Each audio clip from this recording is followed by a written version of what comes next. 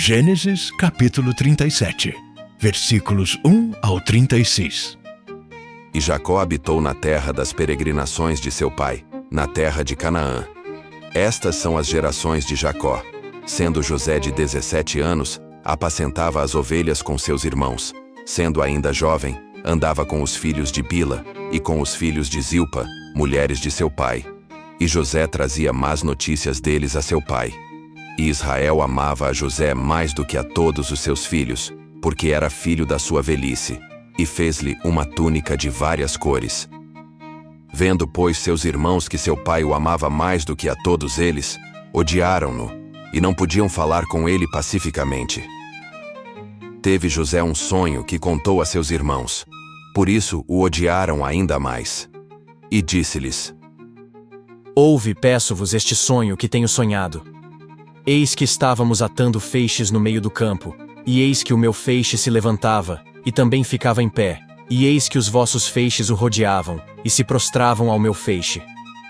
Então lhe disseram seus irmãos: Tu, pois, deveras reinarás sobre nós?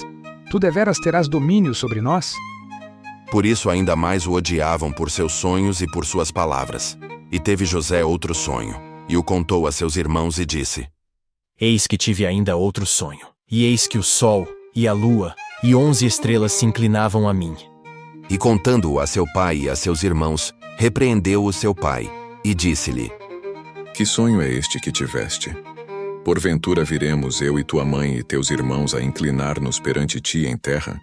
Seus irmãos, pois, o invejavam, seu pai, porém, guardava este negócio no seu coração. E seus irmãos foram apacentar o rebanho de seu pai, junto de Siquém. Disse, pois, Israel a José: Não apacentam os teus irmãos junto de Siquém? Vem e enviar-te-ei a eles. E ele respondeu: Eis-me aqui. E ele lhe disse: Ora vai, vê como estão teus irmãos e como está o rebanho, e traze-me resposta. Assim o enviou do vale de Hebron, e foi a Siquém. E achou-o um homem, porque eis que andava errante pelo campo, e perguntou-lhe o homem, dizendo: Que procuras? E ele disse: Procuro meus irmãos. Dize-me, peço-te onde eles apacentam. E disse aquele homem: Foram-se daqui, porque ouvi-os dizer: Vamos a Dotã. José, pois, seguiu atrás de seus irmãos, e achou-os em Dotã. E viram-no de longe, e antes que chegasse a eles, conspiraram contra ele para o matarem. E disseram um ao outro: Eis lá vem o sonhador Mor. Vinde, pois, agora, e matemo-lo, e lancemo-lo numa destas covas, e diremos: Uma fera o comeu, e veremos que será dos seus sonhos. E ouvindo-o Ruben, livrou-o das suas mãos e disse: Não lhe tiremos a vida. Também lhes disse Ruben: Não derrameis sangue. Lançai-o nesta cova que está no deserto, e não lanceis mãos nele. Isto disse para livrá-lo das mãos deles, e para torná-lo a seu pai. E aconteceu que, chegando José a seus irmãos, tiraram de José a sua túnica, a túnica de várias cores que trazia. E tomaram-no, e lançaram-no na cova. Porém a cova estava vazia, não havia água nela.